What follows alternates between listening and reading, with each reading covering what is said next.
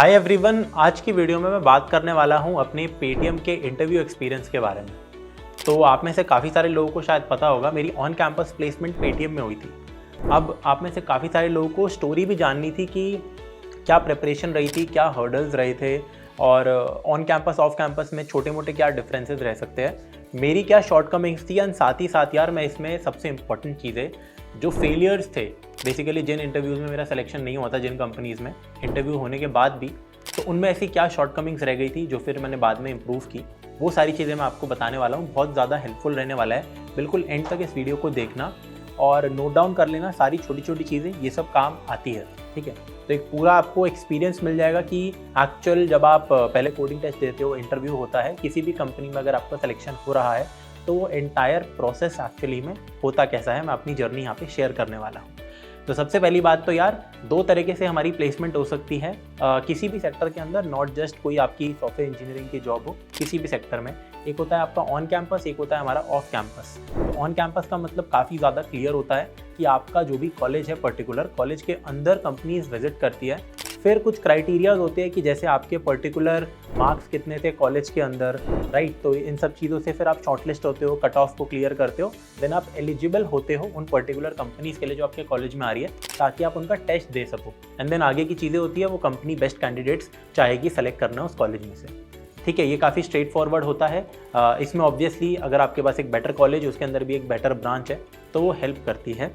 Secondly अगर मैं बात करूँ ऑफ कैंपस प्लेसमेंट की, तो ऑफ कैंपस प्लेसमेंट एक ऑफकोर्स ऐसी चीज़ होती है जहाँ पे आप रिलाई नहीं कर रहे हो कॉलेज के ऊपर प्लेसमेंट्स के लिए, तो आप अलग से अप्लाई कर रहे हो and then you get selected. But actually में ऐसा प्रोसेस एग्जैक्टली होता नहीं है, ठीक है। तो ऑफ कैंपस का सिंपल मतलब ये है कि बिना कॉलेज एज अ इंटरमीडिएट रख के कंपनी में आपका सिलेक्शन हो रहा है। अब वो सिलेक्शन होना is also very very very very hard, much harder than on campus, because obviously on campus में बच्चे, आपके कॉलेज में जैसे 1000 बच्चे हैं तो उनमें कंपटीशन है, ऑफ कैंपस में लाखों बच्चों में कंपटीशन है, ठीक है। तो ऑफ कोर्स उसके अंदर referrals play a very very big role. उसके ऊपर भी एक दिन वीडियो जरूर आएगी कि कैसे रेफरल्स इंपॉर्टेंट होते हैं, कैसे आप ले सकते हो रेफरल्स कंपनीज के लिए। बट काफ़ी हार्ड होता है वो, it is not very very simple. But बात करते हैं मेरी जर्नी के बारे में, वो सब किसी दिन बाद में करेंगे। तो यार देखो, सबसे पहले जो मेरा इंटरव्यू लगा था, एक्चुअली मेरी जो CGPA थी, कॉलेज की परसेंटेज, GPA या CGPA, it was not very high at the time, but when I was sitting for the placements, मेरी जो एक्चुअल GPA जो कंसिडर हो रही थी, it was 7.6, which is kind of on the lower side.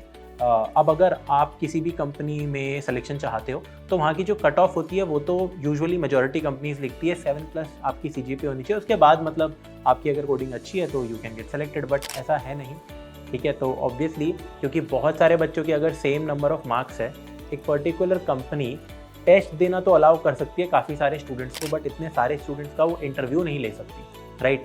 तो इसलिए जितनी भी बेस्ट कंपनीज कॉलेज के अंदर होती है, मतलब बेस्ट कंपनीज आती है कॉलेज के अंदर किसी भी, तो वो क्या करती है, एक उनका CGPA क्राइटेरिया पहले तो रहता ही है, cut of which is 7, but बाद में भी जब बच्चे पेपर देते हैं, अगर बहुत बच्चों का अच्छा पेपर जाता है तो उसमें से जिनकी CGPA अच्छी है उनको शॉर्टलिस्ट कर लेगा, क्योंकि अगेन एक लिमिटेड नंबर ऑफ इंटरव्यूज़ ही वो कंडक्ट करा सकते हैं। तो इसी के चलते स्टार्टिंग के जो महीना था मेरा, तो सारे में टेस्ट दे रहा था, बट कोई भी इंटरव्यू नहीं आ पा रहा था।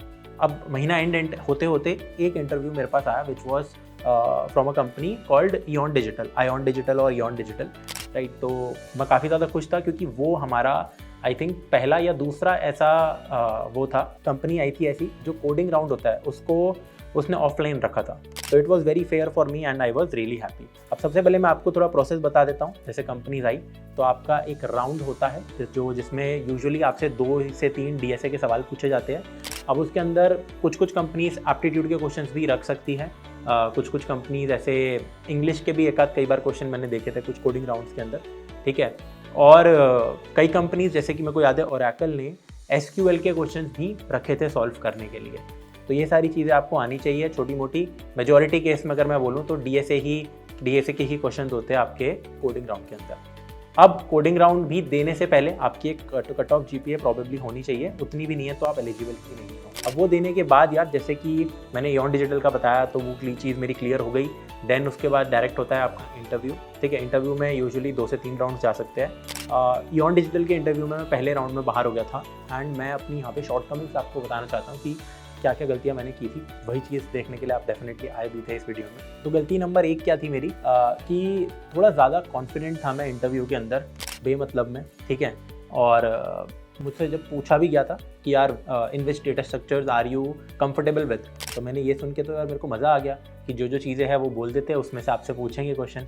बट प्रॉब्लम पता है कहाँ होती है, अगर आपने फॉर एग्जांपल बोला है कि मैं लिंक लिस्ट में बहुत अच्छा हूँ और आपसे उसी का एक सवाल पूछ लिया गया जो कि ईजी था या मैक्सिमम मीडियम और आपसे वो भी नहीं हुआ, तो वो बिल्कुल एक श्योर शॉर्ट रिजेक्शन वाला मोमेंट आ जाता है, ठीक है। तो मेरे साथ काइंड ऑफ यही हुआ था उस समय पे 2 साल पहले अराउंड। तो तब क्या हुआ था कि मेरे से पूछा गया था कि कौन से डेटा स्ट्रक्चर में आप कंफर्टेबल हो, फिर उसके बाद डीएसए का क्वेश्चन नहीं पूछा था, बहुत ही बेसिक से कुछ कॉन्सेप्चुअल चीज़ें एक आध पूछी थी, जिसके अंदर मैं भूल ही गया एक चीज़ की, ऑफकोर्स मुझे वो आती थी बट मैं भूल ही गया। तो इंटरव्यू के अंदर आई जस्ट फॉरगॉट कि यार हाँ इस तरीके से भी किया जा सकता है। मैं अपनी अप्रोचेस बता रहा था बट ऑब्वियसली जो दूसरी अप्रोच थी वो मच बेटर थी और मुझे पता थी बट मेरे को याद ही नहीं थी। तो ये गलती रही, थोड़ा सा यार वेल प्रिपेयर्ड रहना इंटरव्यू के लिए, ये नहीं कि जो आपको आता है उसको भी प्रिपेयर नहीं किया। ऑफकोर्स जो टॉपिक्स यार आपके बहुत ज़्यादा स्ट्रॉन्ग है आई वुड से उनको और थोड़ा स्ट्रॉन्ग करो, एंड जो मिसिंग है उनको एक बेसिक्स एटलीस्ट उनका तो पूरा पढ़ ही लो, ठीक है, कंप्लीट ही करके जाओ इफ़ पॉसिबल, बट मिस मत करना, छोटी छोटी चीज़ें काफ़ी दुख देती है वो। दूसरी चीज़ जो यार इसी इंटरव्यू के अंदर आगे दिक्कत मेरे को दी थी जिसने, वो थी पजल्स। अब मैंने यार इससे पहले ये पजल्स वाली चीज़ें नहीं कर रखी थी, ठीक है, एंड ना ही मैंने अपने किसी दोस्त को देखा था करते हुए ना, तो मेरे को भी कोई आइडिया नहीं था कि कंपनीज़ के अंदर ऐसे पजल्स भी पूछी जाएगी, क्योंकि जो बिल्कुल टॉप टेक कंपनीज़ हैं कभी कभी वो नहीं पूछती, कभी कभी पूछ भी लेती है एक आध स्टैंडर्ड, बट जब जैसे कि मैंने अपना पहला इंटरव्यू दिया तो पजल पूछी गई, एंड अगेन एक सिंपल पजल तो थी बट वो एक ऐसी चीज़ थी जो अगर आपने पहले से नहीं कर रखी है तो it is almost not impossible but it is very very hard to even figure it out. और अगर एक बार आपने कर रखा है तो it is very very simple. तो ऑब्वियसली मैंने वो नहीं कर रखा था एंड काफ़ी टाइम उसमें ज़ाया हुआ, ठीक है, एंड तो और उसकी वजह से वो चीज़ भी नहीं हुई। तो ये दोनों बहुत ही एक तरीके से बेकार पॉइंट्स थे जो साबित हुए। उसके अलावा जो चीज़ पूछी गई वो तो मैंने बता दी थी, राइट। तो ये था इस इंटरव्यू में। इस इंटरव्यू में एक और प्रॉब्लम थी, इनफैक्ट एक और प्रॉब्लम मेरे से क्या हुई थी कि यूजुअली जो इंटरव्यूअर्स थे वो DBMS के कॉन्सेप्ट पूछने ज़्यादा लग रहे थे या ऑपरेटिंग सिस्टम्स की बातें ज़्यादा मुझसे पूछने लग रहे थे, ठीक है। एक अच्छी चीज़ क्या थी, अगर आप एक इलेक्ट्रॉनिक्स एंड कम्युनिकेशन के स्टूडेंट हो, CS रिलेटेड ब्रांच में टेक्निकली नहीं हो बट प्लेसमेंट्स अलाउड है आपके लिए, तो उसमें ना यार आप थोड़ा सा इस चीज़ से साइड हो जाते हो कभी कभी, ठीक है। मैं जैसे अगले इंटरव्यू में हुआ था, अगले 2 इंटरव्यूज़ में, कि मैंने बताया था कि ये मेरी ब्रांच है, ये वाले सब्जेक्ट मेरे पास नहीं थे, तो वो फिर आपसे दूसरी चीज़ें पूछने लग जाते हैं, राइट। बट कभी कभी यही चीज़ें आपसे पूछेंगे, आपको ये मिस नहीं करना है। मैंने क्या मिस्टेक की थी, DBMS और OS से रिलेटेड मैंने बहुत ज़्यादा पढ़ाई कभी की ही नहीं थी, ठीक है, एंड मैंने वही लास्ट के 5-10 दिन में जो उसके टॉप इंटरव्यू क्वेश्चन होते हैं, ये सारी चीज़ें होती है, ये सब लगाई थी, ठीक है। अब वो बहुत ज़्यादा हेल्पफुल नहीं होते एक पॉइंट पे, अगर आपसे वही क्वेश्चन पूछ लिया गया तो यार सोने पे सुहागे वाली बात हो गई, फिर तो किस्मत आपकी अच्छी है। बट आप ऐसे किस्मत के भरोसे मत चलना। ऑफकोर्स अगर टाइम कम है तो आप यही करो, कुछ बचा ही नहीं और।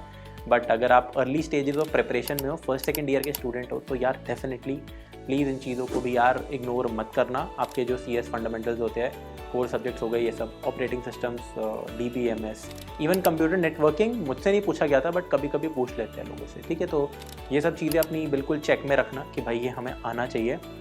अब इसी के चलते यार अगला मेरा फिर इंटरव्यू आया विच वॉज ऑफ नायका। अब नायका और पेटीएम का इंटरव्यू ऑलमोस्ट काफ़ी ज़्यादा क्लोज था, ठीक है। तो नायका के इंटरव्यू में भी आई गॉट रिजेक्टेड। बहुत ही कम स्टूडेंट सेलेक्ट हुए थे उसमें तो वैसे, but still I got rejected. And उसमें क्या प्रॉब्लम हुई थी कि यार अब the interviewer started the interview, एक आध क्वेश्चन तो बहुत ही वियर्ड पूछ लिए थे क्योंकि मैंने अपने रिज्यूमे के अंदर मैथ्स का जिक्र कर रखा था, advance mathematics and all of these things. तो उन्होंने ऐसा क्वेश्चन पूछ लिया कि अच्छा do you know Newton Raphson method. मैंने बोला हाँ डेफिनेटली। तो बोला कि इसको कोड कर दो। तो मतलब ऐसी चीज़ें कभी कभी आपसे पूछ ली जाती है, तो बहुत ज़्यादा भी एडवांस चीज़ें मत लिखना रिज्यूमे में जो अगर आपको नहीं आती हो। मतलब although they are not related, it was engineering mathematics, not exactly to code that part. तो ये चीज़ पूछी थी, ये ऑब्वियसली यार मैंने नहीं की और थोड़ा थोड़ा प्रोग्रेस किया था उसमें पर पूरा नहीं कर पाया, but interviewer was fine with it. Then he went ahead with again DBMS और OS वाली चीज़ जिसमें थोड़ा सा मैंने लैक किया, ठीक है। एक आध चीज़ें बता दी, एक आध चीज़ नहीं बता पाया। फिर DSA के सवाल पूछे मुझसे, तो एक क्वेश्चन हो गया। अब जब अगला क्वेश्चन मुझसे पूछा जा रहा था, ठीक है, अच्छा इसमें भी एक बहुत ज़बरदस्त चीज़, उन्होंने मुझसे सबसे पहले ये पूछा कि जो आपके टेस्ट में क्वेश्चन आया था, कोडिंग टेस्ट में, वही मुझे करके दिखा दो।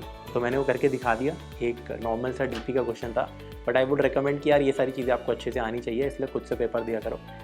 दूसरा, इसके बाद उन्होंने मुझसे क्वेश्चन पूछा जो कि मैंने कर दिया and best possible time and space complexity में मैंने वो किया था। बट उसमें वो बार बार बोले जा रहे थे कोई दूसरा मेथड है एंड मेरे को क्लिक नहीं कर रहा था, क्योंकि यही बेस्ट सॉल्यूशन था और कोई सॉल्यूशन ऐसे फॉर्म नहीं हो रहा था। तो कभी कभी क्या होता है कि इंटरव्यूअर सिर्फ ये एक्सपेक्ट नहीं करता इसका बेस्ट सॉल्यूशन क्या है, अगर इसका कोई एलिगेंट सॉल्यूशन है किसी दूसरे मेथड से तो वो भी आपको आना चाहिए और थोड़ी प्रॉब्लम सॉल्विंग आप में इतनी अच्छी होनी चाहिए। अब उस समय तक अगर मैं बात करूं, मैंने ग्राफ्स को बहुत ज़्यादा डिटेल में बहुत ढंग से नहीं पढ़ा था, ठीक है। एक तो जो एडवांस चीज़ मैंने DSU को कवर नहीं किया था, but even apart from that, even जो BFS DFS होते हैं तो उसके मैंने बहुत सारे क्वेश्चंस नहीं लगाए थे और मेरे को करना भी आ गया था सारी चीज़ें, टोपोलॉजिकल सॉर्ट भी आ गया था, बट इतनी बहुत ज़्यादा हैवी प्रैक्टिस नहीं थी कि मैं किसी नॉर्मल क्वेश्चन को भी उस तरीके से देखने शुरू कर दूँ, ठीक है। मैं हर 2D एरे के क्वेश्चन में थोड़ा बहुत ग्राफ के बारे में सोचूँ, ये उस समय मेरे पास थिंकिंग नहीं थी, तो वो चीज़ मेरे से मिस आउट हो गई कि वो क्वेश्चन BFS से भी हो सकता था। हालांकि worse time and space complexity में वो चीज़ होती, स्पेस कॉम्प्लेक्सिटी में, but still the interviewer kind of was expecting and then he said कि maybe your practice on BFS is not that great. तो ये वाली चीज़ यार डेफिनेटली अच्छी नहीं लगती सुनने में, तो मैंने ऑब्वियसली इसके बाद ये वाली चीज़ बहुत अच्छे से प्रिपेयर की फॉर द नेक्स्ट इंटरव्यूज़। तो ये चीज़ें आपको आनी चाहिए। अब बात करते हैं यार फाइनली पेटीएम के इंटरव्यू एक्सपीरियंस की। अब यहाँ तक तो आ ही चुके हो। तो अगेन उसमें एक कोडिंग राउंड हुआ था, 2 DSA के सवाल थे और कुछ नहीं था उसमें। उसके बाद 3 इंटरव्यूज़ थे, 3 इंटरव्यूज़ आज इनकी 3 राउंड्स थे। और ये राउंड्स ऐसे होते हैं कि फॉर एग्जांपल फर्स्ट राउंड हुआ तो कुछ 40 बच्चों ने 30-40 बच्चों ने दिया, ठीक है, फर्स्ट इंटरव्यू जिनका कोडिंग में सिलेक्शन हो गया था कोडिंग राउंड के बाद। उसमें से भी जो पहले इंटरव्यू में अच्छा करते हैं तो अगले जैसे 20 से 25 सेकंड राउंड के लिए सेलेक्ट होते हैं एंड देन फिर थर्ड राउंड जो होता है that is just a conformation. एक HR कॉल करती है आपको, ठीक है, तो कॉल करती है तो वो बस आपके बिहेवियर को चेक करने के लिए होता है and the kind of location that you want for the company. जैसे कि फॉर एग्जांपल पेटीएम में Noida and Bangalore were the 2 preferences, तो फॉर एग्जांपल मैंने नोएडा को सेलेक्ट किया था। तो कॉल में तो यही सब होता है, बट फर्स्ट से सेकंड राउंड जाने के लिए फर्स्ट राउंड का इंटरव्यू अच्छे से क्लियर होना चाहिए। तो मेरा फर्स्ट राउंड हुआ एंड आई वॉज लकी कि जो मेरा इंटरव्यूअर था वो मेरे ही कॉलेज का एक एलुमनाई था, ठीक है। एंड इनफैक्ट काफ़ी ज़्यादा सिमिलर एक्सपीरियंस हम दोनों का था because he was also really good at mathematics, तो उसको काफ़ी सही लगी इस सेंस में मेरी प्रोफाइल, राइट। तो उसने भी जब अच्छी बात क्या थी कि DBMS OS की कुछ चीज़ें पूछी, तब तक मैंने एक आध चीज़ पढ़ ली थी तो मैंने आंसर कर दिया था। DSA पे फिर फोकस हुआ, एक आसान सा DP का क्वेश्चन मुझसे पूछा गया, फिर उसके बाद आई थिंक एक तो सॉर्टिंग का बहुत ही आसान क्वेश्चन मुझसे पूछा गया था। तो फर्स्ट राउंड में 2 क्वेश्चन मुझसे आसान पूछे गए थे, दूसरे क्वेश्चन का जो मेरे से फिर फॉलोअप पूछा गया, फॉलोअप मतलब एक क्वेश्चन पूछा, अब बोला अच्छा इसमें अगर ये भी होता है तो अब आगे का बताओ, इसको कहते हैं फॉलोअप क्वेश्चन। तो फॉलोअप क्वेश्चन भी ठीक ठाक था, वो भी मैंने तभी की तभी बता दिया था। फिर उन्होंने जितनी भी चीज़ें मुझसे पूछी थी उस राउंड में कॉन्सेप्चुअली, तो वो सारी की सारी मैंने ऑलमोस्ट सारी ही बता दी थी। तो मुझे पता था कि ये वाला राउंड अच्छा गया है, तो सेकंड राउंड में डेफिनेटली मेरा सिलेक्शन होगा। सेकंड राउंड आया इंटरव्यू का, सेकंड राउंड में मैं थोड़ा सा नर्वस हो गया था, ठीक है। इंटरव्यूअर ने बोला भी था कि just calm down, it is fine, ठीक है।